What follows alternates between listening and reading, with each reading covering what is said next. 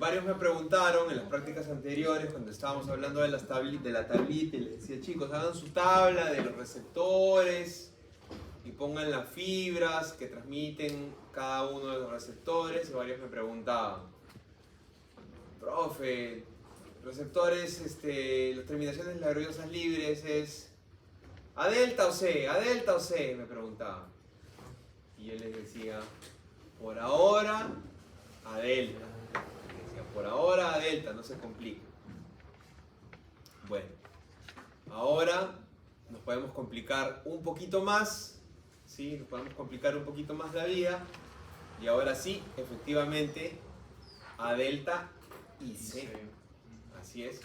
Porque el dolor tiene dos formas de transmitirse, porque hay un dolor lento y hay un dolor rápido, ¿no? Y todos lo hemos experimentado cuando alguna vez hemos caminado sin zapatos, ¿no? Y hemos pateado la pata de la cama, ¿no es cierto? Hemos pateado la pata de la cama, sientes el dolor, inmediatamente sabes que ahí viene el otro, ¿no es cierto? Sientes el dolor y sabes que ahí viene el otro, que es el que empieza. ¿No es cierto? Y no solamente eso, ¿no? Lo experimentamos también durante la clase, cuando a veces estamos sentados medios incómodos, estamos mal acomodados, cortamos un poquito la circulación y de pronto nos acomodamos y un dolorcito y te acomodas, ¿no es cierto? ¿Y qué es lo que sucede? Bueno, pues eso es lo que vamos a ver ahora. ¿Ok? Ya sabemos entonces que el dolor es transmitido por terminaciones nerviosas libres, ¿sí? Que son un tipo de receptor. Ya ustedes conocen varios tipos de receptores, pero el que transmite el dolor son las terminaciones nerviosas libres, ¿sí? Las terminaciones nerviosas libres. ¿Dónde están las terminaciones nerviosas libres? ¿Dónde encontramos terminaciones nerviosas libres? En la piel, muy bien. ¿Dónde más?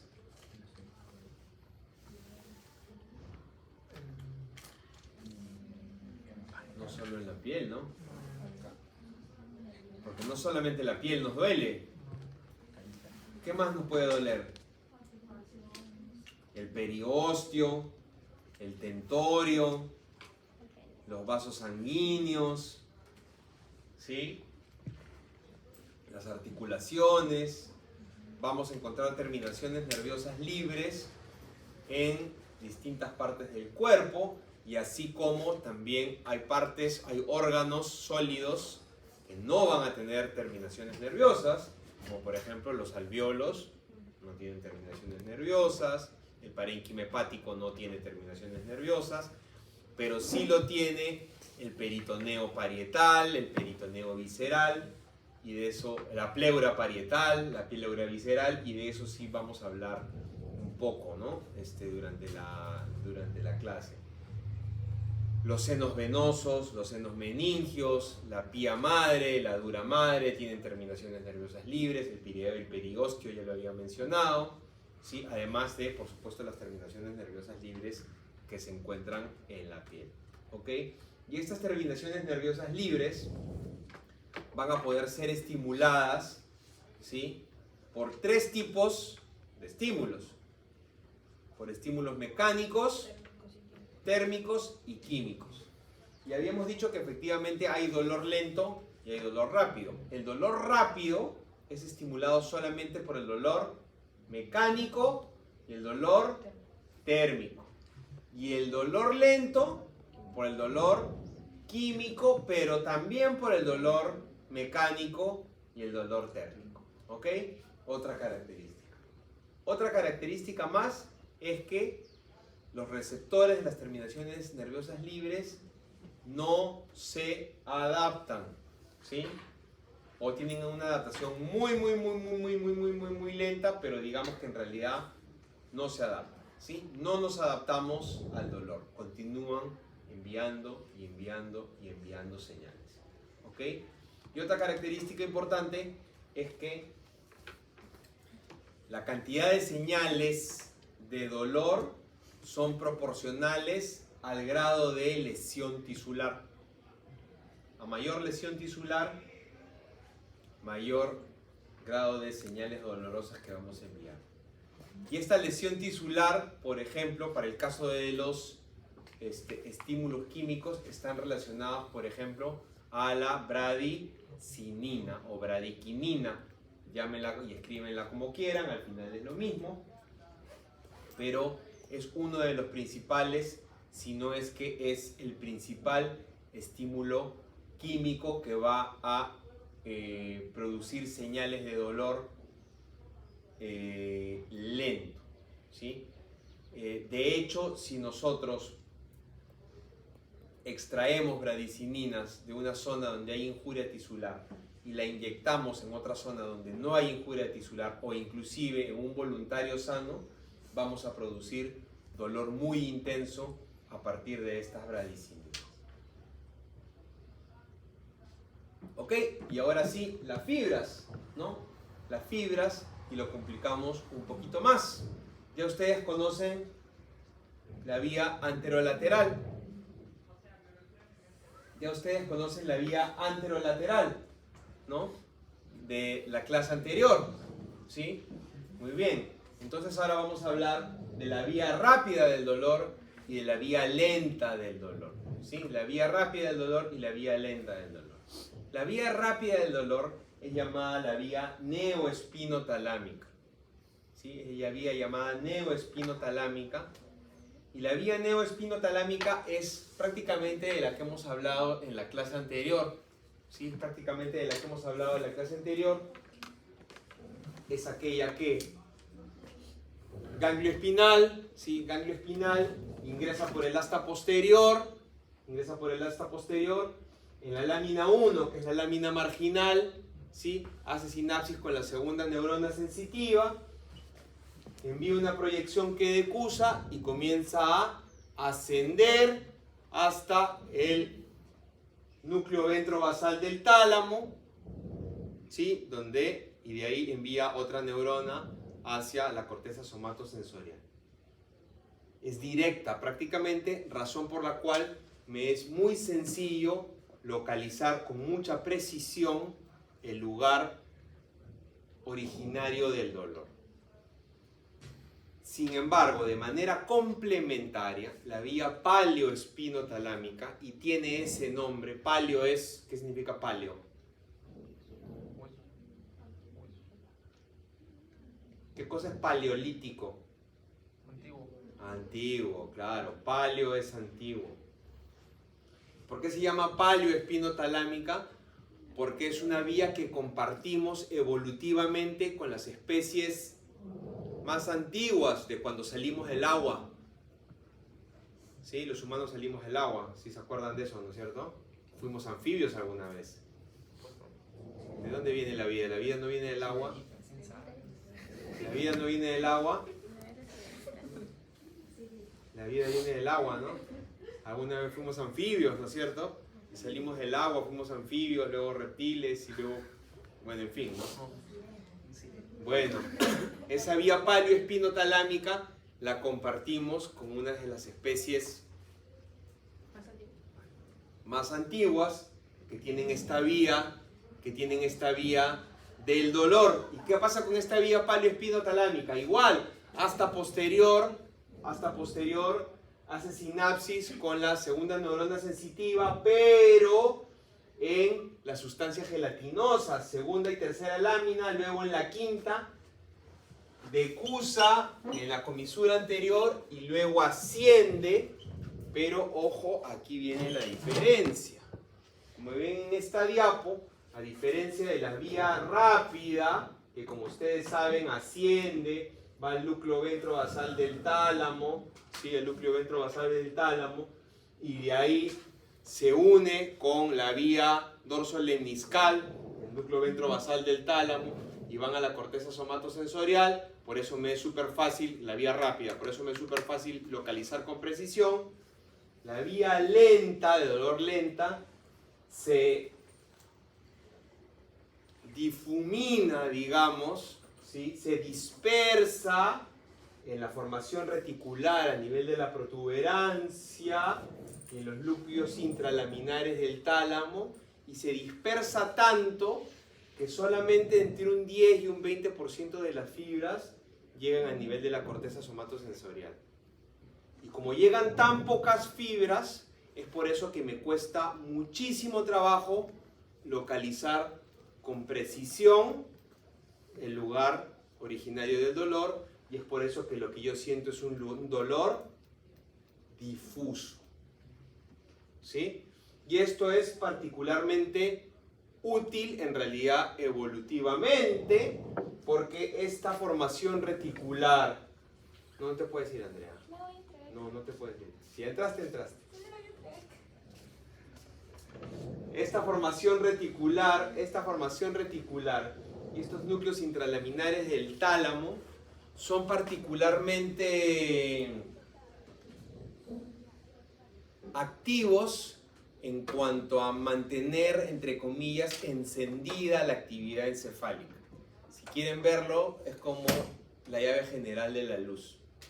¿Sí? Si yo pudiera poner electrodos en la formación reticular y los núcleos intralaminares del tálamo y activar, mandar señales eléctricas, la actividad encefálica aumenta considerablemente. Razón por la cual cuando yo tengo estas fibras del dolor lento estimulando la formación reticular y los núcleos intralaminares del tálamo, se activa toda la actividad encefálica y, por ejemplo, ocurren cosas como por ejemplo que no podemos dormir cuando tenemos este tipo de dolor, ¿sí? Y eso evolutivamente fue en algún momento también una ventaja, ¿no? Porque para los primeros, hace 200 millones de años, cuando aparecieron los primeros seres humanos, no era particularmente seguro quedarte dormido mientras tenías dolor.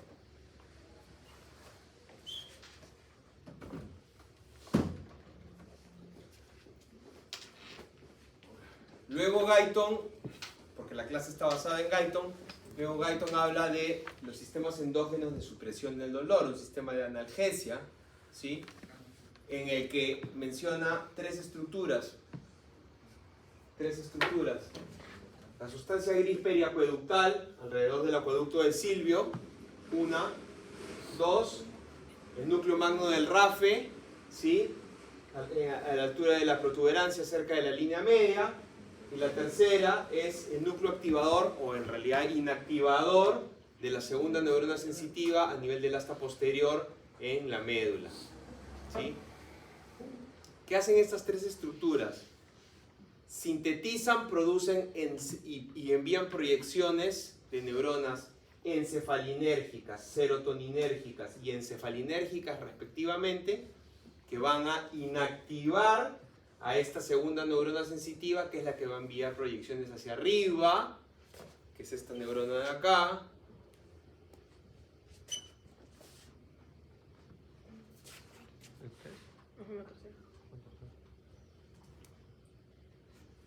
Enviando señales inhibitorias a través de estas neuronas serotoninérgicas, ¿no?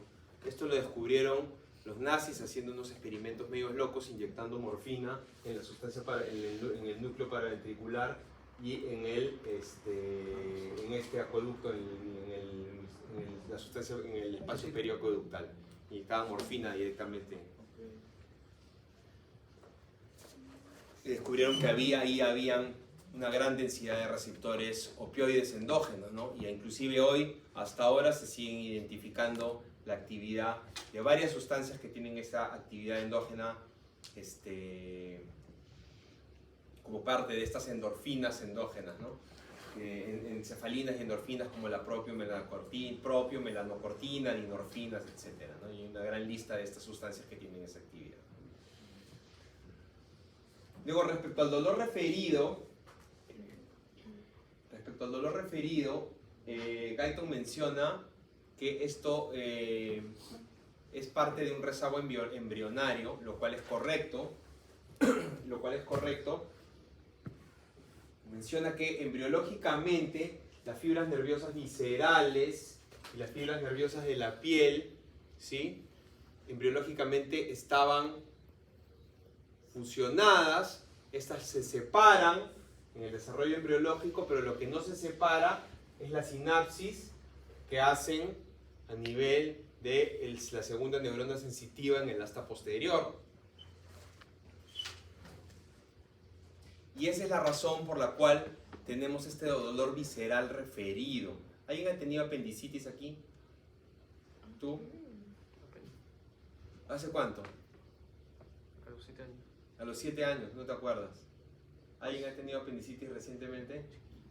Pero sí, más o menos. ¿Más o menos te acuerdas? Intenso. Normalmente el dolor en la apendicitis es un dolor que inicia en la zona periumbilical. ¿Sí? Es un dolor que inicia en la zona periumbilical.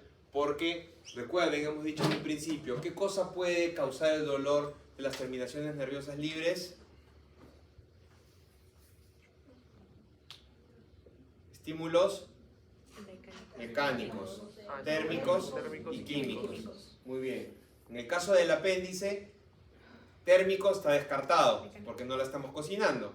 Pero el mecánico y químico sí, ¿no es cierto? Entonces, el mecánico puede ser distensión de la víscera, excesiva contracción de la víscera o estiramiento de la víscera. Y en el caso del químico puede ser inflamatorio, infeccioso, ¿no es cierto? O metabólico, un producto metabólico, ¿no es cierto? Entonces, ¿qué sucede? Se inflama el apéndice y esta inflamación del apéndice comienza a estimular las terminaciones nerviosas libres que están en el peritoneo visceral. Y ese peritoneo visceral envía sus terminaciones nerviosas hacia el ganglio que digamos que desemboca a nivel de T10. Y como es a nivel de T10, el dolor referido va a ser en la región periumbilical. ¿Y qué va a pasar después? Cuando el cuadro clínico se agrava y el apéndice se perfora, así si el apéndice se perfora, por ejemplo, esas sustancias inflamatorias entran en contacto con el peritoneo parietal. Y cuando entran en contacto con el peritoneo parietal, el dolor se empieza a localizar y comienzan a enviar señales hacia el ganglio espinal que está en L1. Entonces, fisiopatológicamente, de lo que no nos queda duda es que cuando un paciente tiene apendicitis y el dolor se comienza a localizar, es que lo que está sucediendo es que se están estimulando las fibras, las terminaciones nerviosas libres del peritoneo parietal cuando se está empezando a localizar el dolor. Después Guyton nos habla de otro tipo de dolor referido que es la cefalea. ¿Sí? Otro tipo de dolor referido que es la cefalea. Y para explicarnos eso, Guyton divide la cefalea en dos tipos: en cefalea intracraneal y en cefalea extracraneal.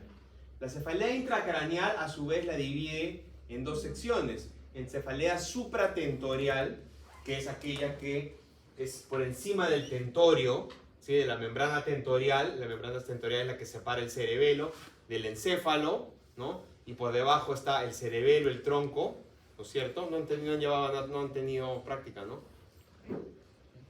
Bueno.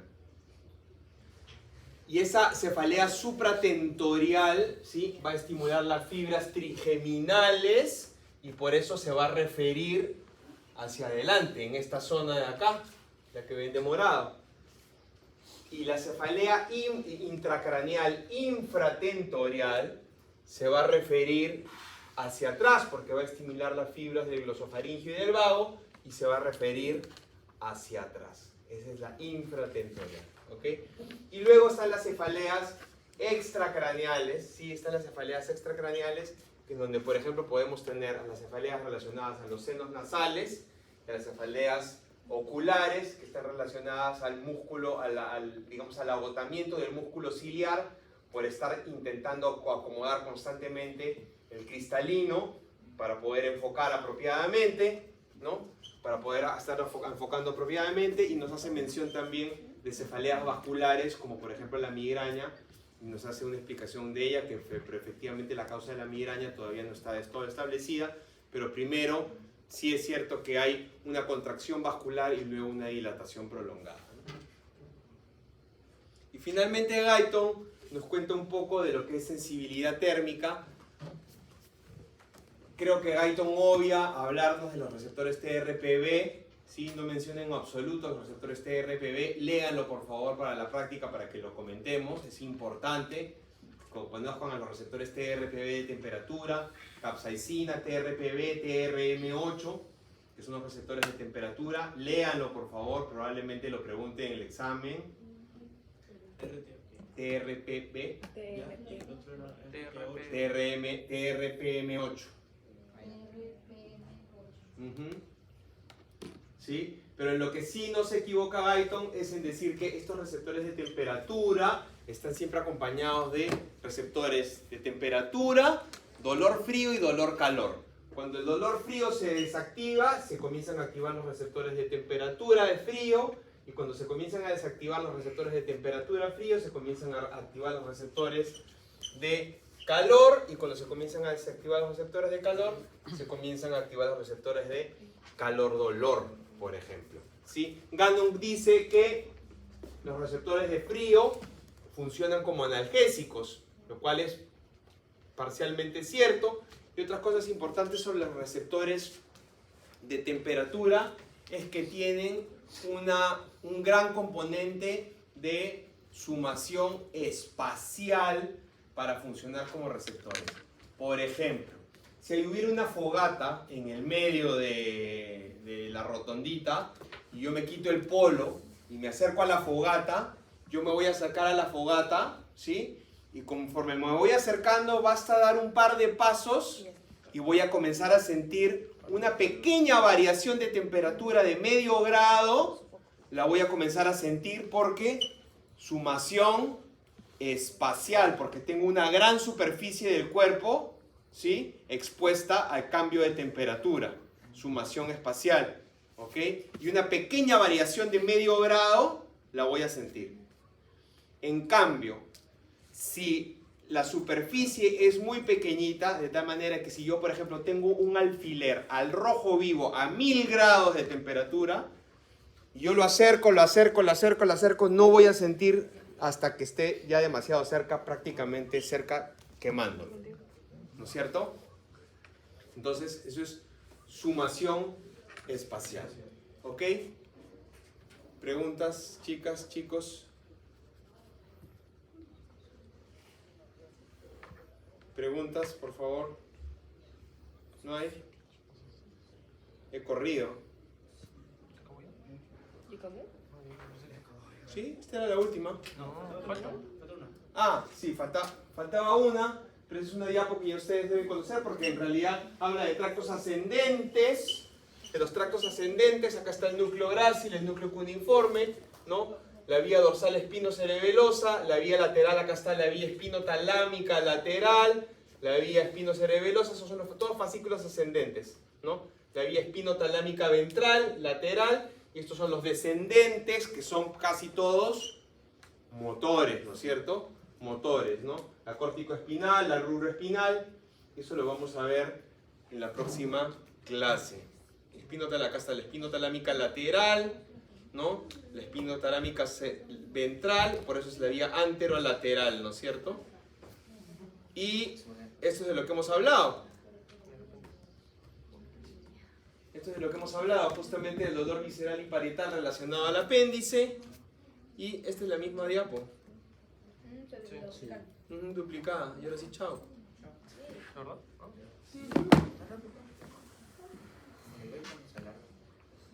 ¿A qué hora acaba la clase, supuestamente? 6:40. 6:40. Bueno, les devuelvo 20 minutos de su vida.